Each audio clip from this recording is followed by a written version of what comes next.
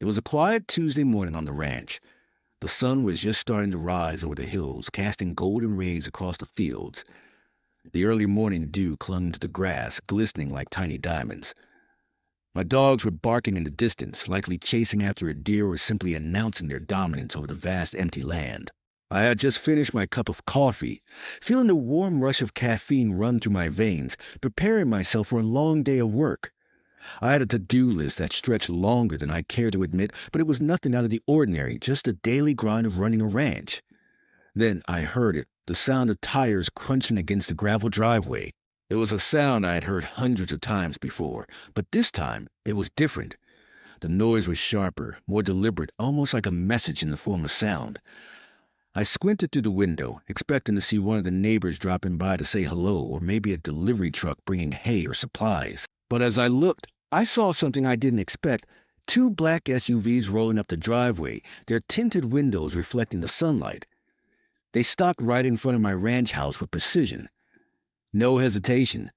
No slowing down to take in the vast space that surrounded us. These weren't casual visitors. This felt like a business transaction. The doors to the SUVs swung open with a synchronized timing that made my skin crawl. Out stepped a group of people, all dressed in matching uniforms. They had that authority look, the kind that says we're in charge and you're going to listen. But something about them didn't sit right. For one, they looked too polished, too rehearsed. They moved with an air of self-importance, but their faces weren't the kind you'd expect from people with real authority. Their expressions were tense, like they were trying too hard to appear official. As they marched toward my front door, I instinctively crossed my arms, standing tall to meet them. I wasn't about to let anyone intimidate me on my own property, especially without a clear reason. One of the men stepped forward, adjusting his cap as he approached. He had a stern look, and I noticed the insignia on his cap, a symbol I didn't recognize. It didn't match any law enforcement, government, or even security company badge I'd seen before. My eyes narrowed, and my hand instinctively hovered near the edge of my jacket, just in case I needed to protect myself. "Can I help you?" I asked, keeping my tone calm but firm, hoping to gauge their intentions before I took any further action. The man squared his shoulders, standing a little taller as he spoke. "We're with the HOA enforcement team. We're here for a compliance check. You're in violation of several codes, and we've come to inspect your property." I froze. "HOA? Compliance check?" This was my ranch. I wasn't in some cookie-cutter suburban neighborhood where someone could tell me what to do with my land. This was wide open space, acres of land that stretched for miles, and no one had ever told me I was in violation of anything. My mind raced. I'd heard about HOA scams in the news, stories of fake enforcers trying to bully people into paying fees or making unnecessary compliance inspections. But never did I think I'd be the one caught in one. Still, I held my ground. "I don't have any paperwork, no notices, no nothing. Why now? And why aren't you showing me any official documentation?" I asked, trying to sound as nonchalant as possible, though a sinking feeling in my stomach told me this was no ordinary inspection. The man didn't answer immediately. Instead, he exchanged a glance with the others, and the others almost instinctively took a small step back as if waiting for their leader to respond. I could feel the tension in the air. There was something about the way they avoided eye contact, the way they hesitated, that made me uneasy. After a long, uncomfortable pause, the leader spoke again. "We don't have the official paperwork with us at the moment," he stammered. "But, we can explain everything once we're inside." His voice was shaking slightly, which, if anything, made me even more suspicious. I didn't budge. "No. I'm not letting you on my property without seeing the proper documents. If you're from the HOA, you have a responsibility to show me what authority you have to conduct this inspection." The man faltered. His confident demeanor was starting to crack. I took another step forward, my body language saying everything I needed it to. I wasn't scared, but I sure as hell wasn't going to let some strangers intimidate me on my own land. That's when I saw the other enforcers start to shift uneasily. One of them, a younger guy with a nervous look on his face, started to fidget with his phone. The others glanced around, and for a split second I saw confusion on their faces. They weren't prepared for this kind of resistance. My dogs, sensing the change in the air, began barking even louder from the yard. The horses in the stable let out a few whinnies, clearly agitated by the tension. I couldn't shake the feeling that this was more than just a routine check. Something was wrong, and I wasn't about to let these fake HOA enforcers walk all over me. At that moment, I decided to take action. If these people weren't going to show me any real proof, I was going to make sure they left one way or another. Leave. Now. Or I'll call the police, I warned, my voice steady, my heart pounding in my chest. The leader's face paled. He glanced at his team, and the silence that followed felt deafening. But I wasn't waiting around. This was just the beginning. I didn't say anything right away. I took a deep breath and glanced at the group, my mind racing as I sized them up. Something wasn't adding up.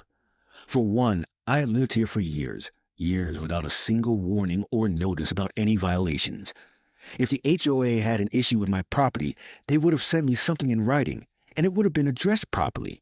There was no way in hell that any legitimate HOA would just show up unannounced like this. And a compliance raid? I had never heard of such a thing. My gut told me to play it cool. They were here to intimidate me, probably hoping that I'd cave in and let them take over.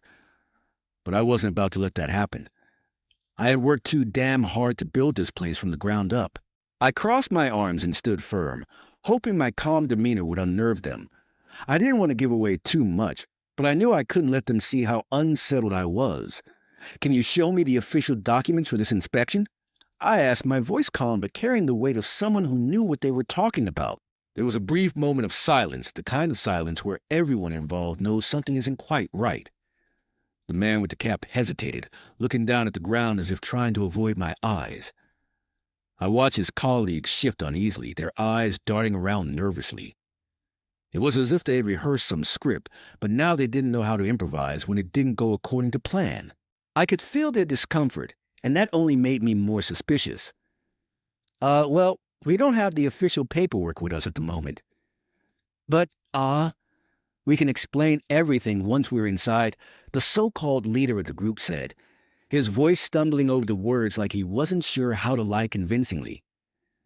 That was the red flag I needed. It wasn't just a slip-up. It was the kind of detail you don't miss when you're trying to pull a fast one. If they were truly from the HOA, they would have had all the paperwork with them. An inspection, especially one this serious, would require documentation, proof of their authority. And they had nothing. It was all smoke and mirrors. I wasn't buying it. I could tell by the nervous glances they exchanged that they hadn't prepared for any resistance. They were used to people caving in when they pulled this kind of stunt. But I wasn't like most people, and I wasn't going to make things easy for them. I motioned for my dogs to stay close by, keeping my eyes on the group, while I slowly walked over to where I kept my phone. I wasn't planning on making a call just yet, but I needed to make sure I had it ready in case this escalated. I glanced back at them, my expression steady, the wheels in my head turning. These weren't real HOA agents. They didn't have the proper ID. Their uniforms weren't official-looking enough, and their behavior was all wrong. You're not going anywhere near my property until you can show me some real documentation, I said, my voice hardening, or I'm calling the police. The man's face immediately shifted. His eyes narrowed into slits, and I could see the anger flickering behind his initial confusion. He didn't like being challenged, and he didn't like the idea of me calling the police. He took a step forward, his chest puffing out in an attempt to intimidate me. Listen, you don't have any idea who you're dealing with. This is your final warning. His words only solidified my resolve. I wasn't some naive rancher waiting to be taken advantage of. I wasn't some suburban homeowner who would buckle under pressure just to avoid confrontation. I don't care who you think you are, I shot back, my stance unshaken. You're trespassing on my property. You have no right to be here, and you're not going anywhere until you show me that you're legitimate. The man hesitated for a second, his posture faltering, but he quickly regained his composure. He was trying to put on an air of authority, but it was weak, unconvincing.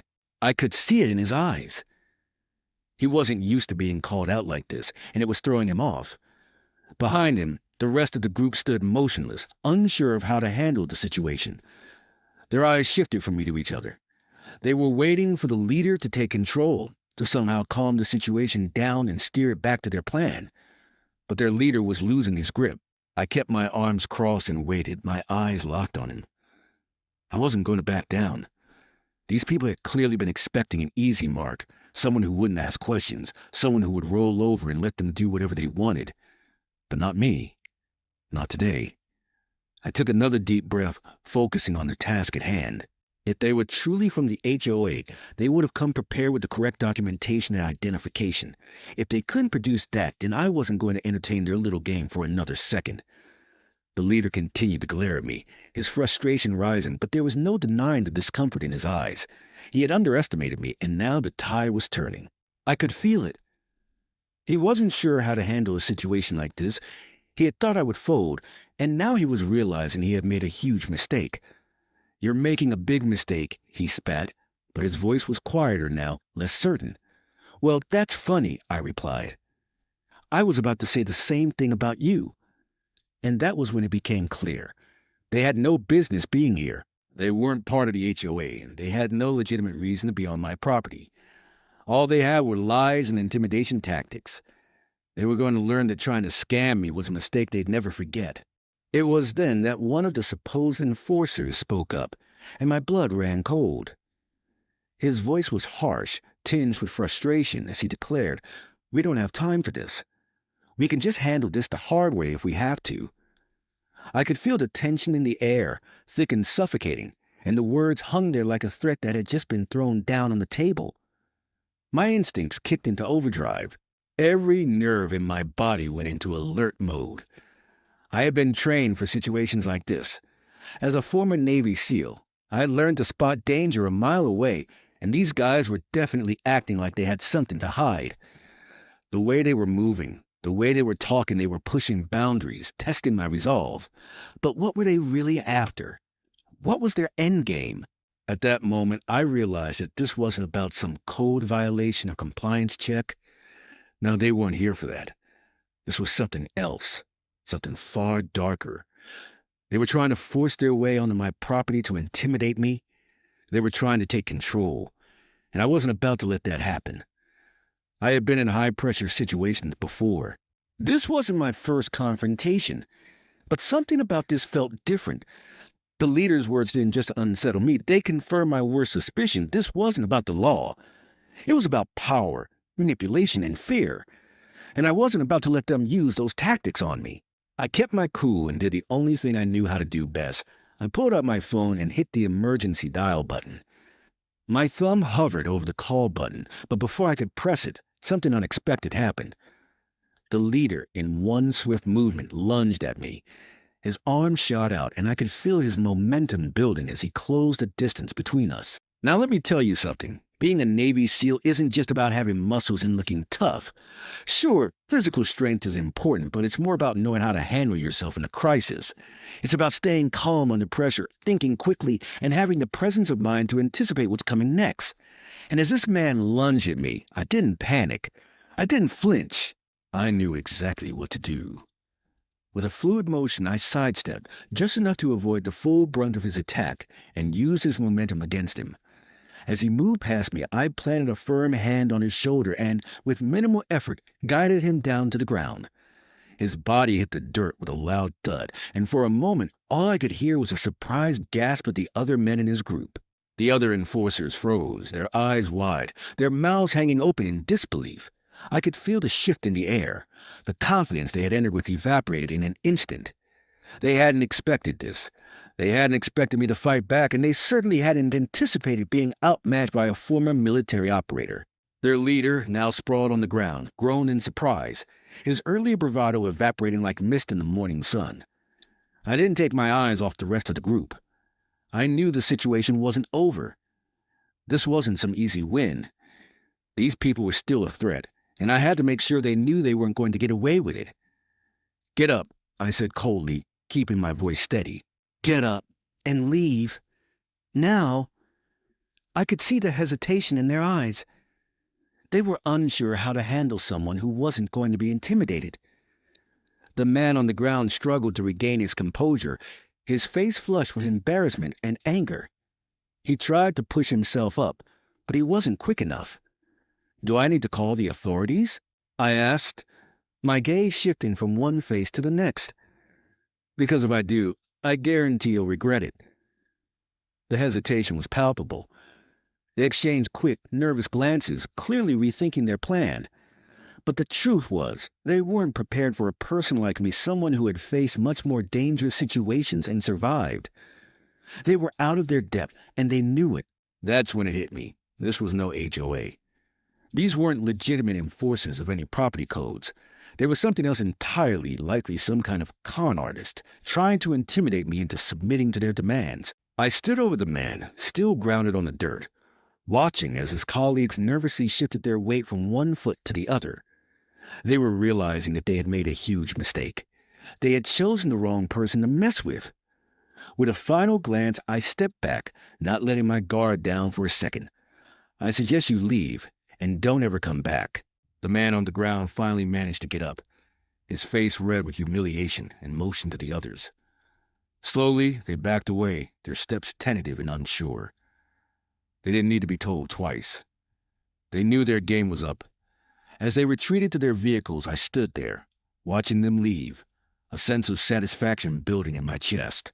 I had protected my land, my property, and myself. And in that moment, I realized something important. Sometimes, standing your ground is the most powerful thing you can do. But as they drove away, one thought lingered in my mind. This was only the beginning. These people were dangerous, and they wouldn't stop. They would try again, and next time, they might not come alone. But I wasn't afraid. After all, I'd already beaten them once. And if they wanted to test me again, they would find out that I was ready. At this point, I knew I had to put an end to this charade before it escalated any further. The man I had knocked to the ground was still lying there, clearly stunned, and I could see that the rest of the group was starting to realize that they were way out of their depth. There was a moment of uneasy silence, and I could feel their collective discomfort like a palpable wave in the air. I scanned the scene quickly, taking in every detail. The group of so-called enforcers was falling apart. They didn't know how to respond, and it was clear they hadn't planned for someone like me to fight back. They had come here with the intent to intimidate, to push me around, but now, as they stood there, they had realized that they had misjudged their target. The leader, who was now struggling to get to his feet, was breathing heavily, his face flushed with anger and embarrassment. He wiped dirt from his uniform, his eyes flashing with resentment, but also with fear. He had underestimated me, and now he knew exactly what kind of trouble he was in. I stepped forward, my boots crunching on the gravel as I approached him, keeping a firm grip on his arm to make sure he didn't try anything funny. I wasn't about to let this slide, not after the stunt they had tried to pull. "Listen carefully," I said, my voice low, measured, and steady. "You're trespassing on my land. I suggest you leave now before things get worse for you.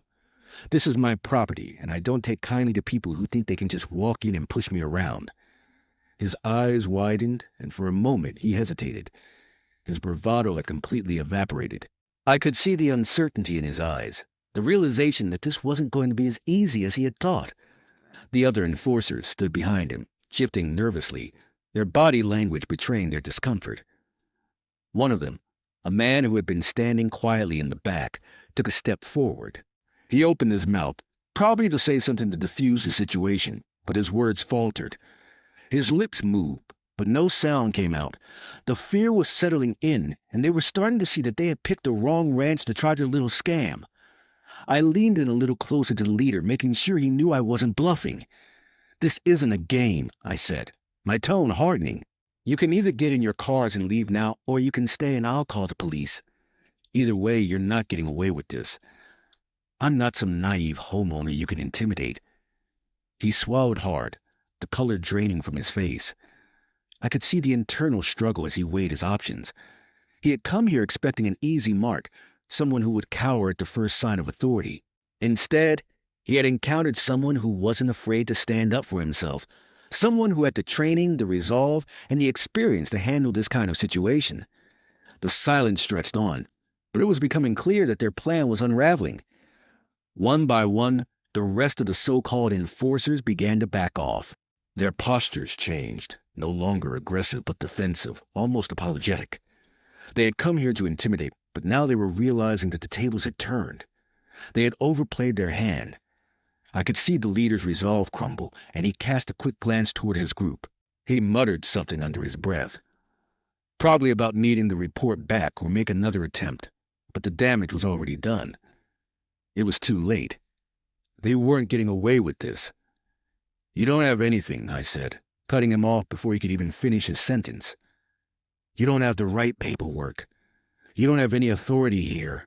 You came here to lie, to deceive, and now you're leaving with nothing. That's how it ends for you." One of the other men, the one who had been quiet up until now, stepped forward hesitantly. His voice was shaky as he muttered, "We'll just report this to our superiors. This isn't over." But I wasn't listening anymore. I had already made my point. They had no legal standing here, and they had no power to force anything. They were simply trying to bully their way through a situation that wasn't in their favor. I took a step back, crossing my arms over my chest, watching them closely. "Leave, and don't come back." Without another word, the leader gave a stiff nod, his shoulders slumping with defeat. The rest of them, with their heads down and their tails between their legs, began to retreat toward their vehicles. Their earlier confidence was gone, replaced by the awkward shuffle of people who had just realized that they had made a massive mistake. As they climbed into their SUVs, I stood there, unwavering, watching them drive off.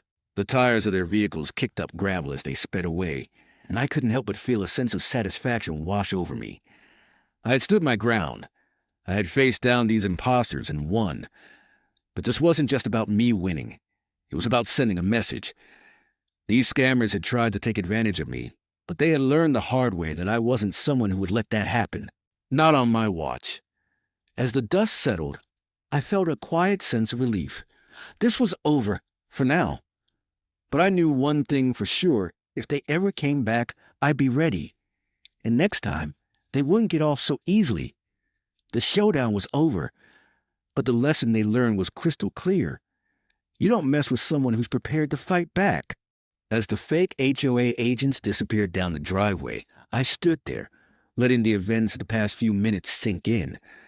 My heart was still racing, the adrenaline of the confrontation still fresh in my veins, but slowly it began to wear off. The feeling of calm returned, though it was overshadowed by a lingering sense of anger. My hands still clenched at my sides, and the muscles in my neck felt tight as the reality of the situation settled in. How many other people had these scammers tried to intimidate? How many unsuspecting homeowners had they taken advantage of before me? It wasn't hard to imagine the number of people who might have folded when faced with these con artists. Maybe they were too scared to fight back, or maybe they just didn't know how to handle a situation like this. I thought about all the vulnerable people out there, those who might not have the experience or the resources to stand up to someone like that. I shuddered at the thought of the fear and confusion they must have felt. But not me. I wasn't going to let these people walk all over me, and I sure as hell wasn't going to let them intimidate anyone else either. That wasn't just some raid they were trying to pull off. It was an outright scam. A dangerous, manipulative scheme designed to prey on people's fear. They weren't looking for compliance violations. They were trying to force their way in and create an opening to exploit me. They wanted to take control, to get their foot in the door, but they hadn't counted on me. As I stood there watching the dust from their vehicles swirl behind them, I knew it wasn't over. This wasn't just a one-off incident.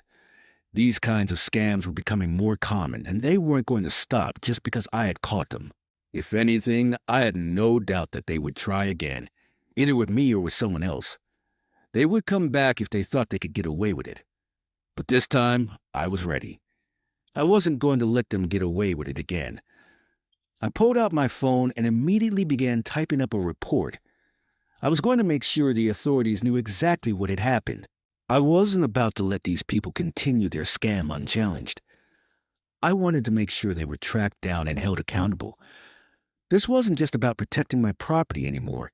It was about sending a message that this kind of behavior wouldn't be tolerated. I wasn't naive enough to think that reporting them was going to be the end of it. I knew that once word got out about what happened, I might have to deal with more fallout. The authorities would get involved, but that didn't mean I was done with them. I'd be watching closely, making sure they stayed away from my land and didn't pull this stunt on anyone else. The most important lesson I took away from that day wasn't just about how to handle fake enforcers. No, it was something deeper. The lesson I learned was about trust, trusting your instincts, trusting yourself, and knowing when to stand your ground. Sometimes people will try to take advantage of you, push you around, and make you feel small. But the moment you let someone do that is the moment you give them power over you.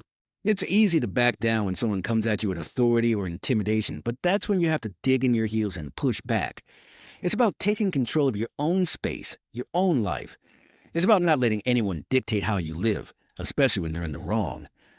I also realize how much training and discipline can change your mindset in these situations. Being a Navy SEAL isn't just about physical strength. It's about staying calm under pressure, keeping a clear head when everyone around you is losing theirs. It's about making decisions in the heat of the moment without panicking and trusting that your training has prepared you for anything that comes your way. And honestly, I was grateful for that training. Without it, who knows how things would have turned out? Would I have backed down in fear? Would I have let them walk all over me like they did to so many others? I'll never know because I didn't have to. I stood my ground and I made sure they understood that they couldn't mess with me. As I stood there, still feeling the rush of victory, I thought about how many people out there were probably dealing with similar situations.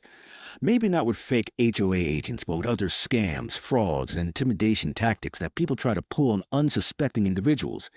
It made me more determined than ever to spread the word and encourage others to stand up for themselves. I was just one person, but I knew if I could make a difference by sharing my story, maybe I could help someone else avoid the same fate. In the end, the fake HOA enforcers learned the hard way that you can't mess with a Navy SEAL. But as for me, I was just glad I had protected my ranch, my home, from these would-be criminals. I had made sure the real authorities would handle them from here on out, but I wasn't done watching over my land. I was done being a victim, and I wasn't going to let anyone take advantage of me again. Thanks for reading, and remember, always trust your gut. When in doubt, stand your ground and fight back, because the only way to stop a scam like this is to stand up and say, "Not here, not on my watch."